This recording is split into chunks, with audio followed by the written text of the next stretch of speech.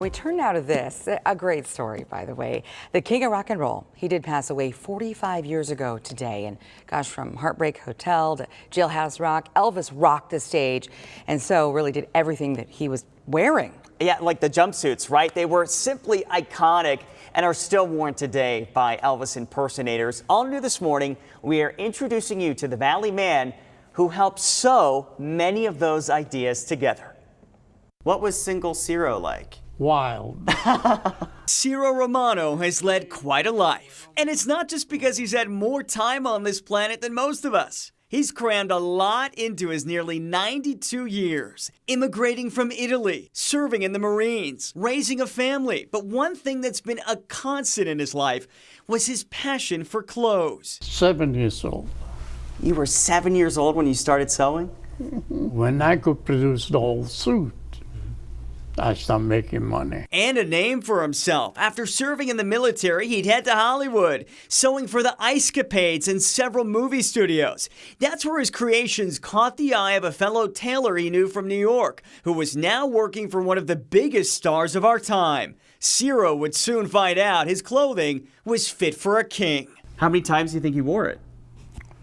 Gosh, many times. Starting with the 1968 comeback special, Ciro was one of Elvis's tailors. He even helped create those iconic white jumpsuits. So you would kind of create the vision, right, and then from there you would oversee each step to make sure it lived up to your vision. Right. So you were the boss.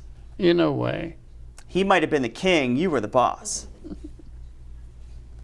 Yeah. No matter how big of a star Elvis became, he never forgot about the people who helped him along the way, like Ciro. He used to give me $500 tip.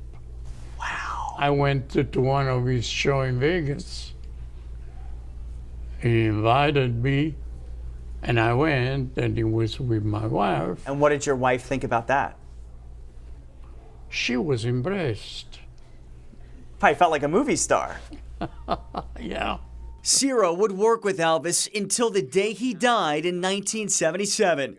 From there, he'd work with other stars, Muhammad Ali, Liberace, the Osmonds. Although his Hollywood days are behind him, Ciro tells me he's still enjoying life here at the Orchard Point at Terrazza Assisted Living Community in Peoria, where his past life is making him a present-day celebrity of sorts. Most people don't know we have somebody famous living here, and he's very, very humble. Everybody had a life before coming here, and it's important to highlight that. Exactly, yes. We're really about focusing on what the history is and the legacy that everybody leaves behind. Does it at least make you smile when you look back and see photos of him wearing something you designed? Oh, yeah. A true labor of love that always seemed to be the perfect fit. What would you say the secret to your success was?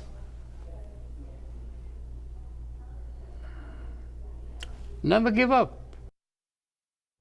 Great advice. And I asked Ciro if there were any celebrities he wishes he would have worked with over the years. Simply put, he told me all those itches have been scratched. So now his story of being an immigrant from Italy and coming here with a lot of talent, passion, and drive, and not much else, continues to inspire all of us. Such a remarkable man. Ciro, it was an honor to meet you and tell this story. Thank you for sharing his story. That was fantastic. Yes. And I Wonderful. love that, we talk about highlighting people's history and everything that they've done, right? It's so important, so important. So Nick, thank you so much.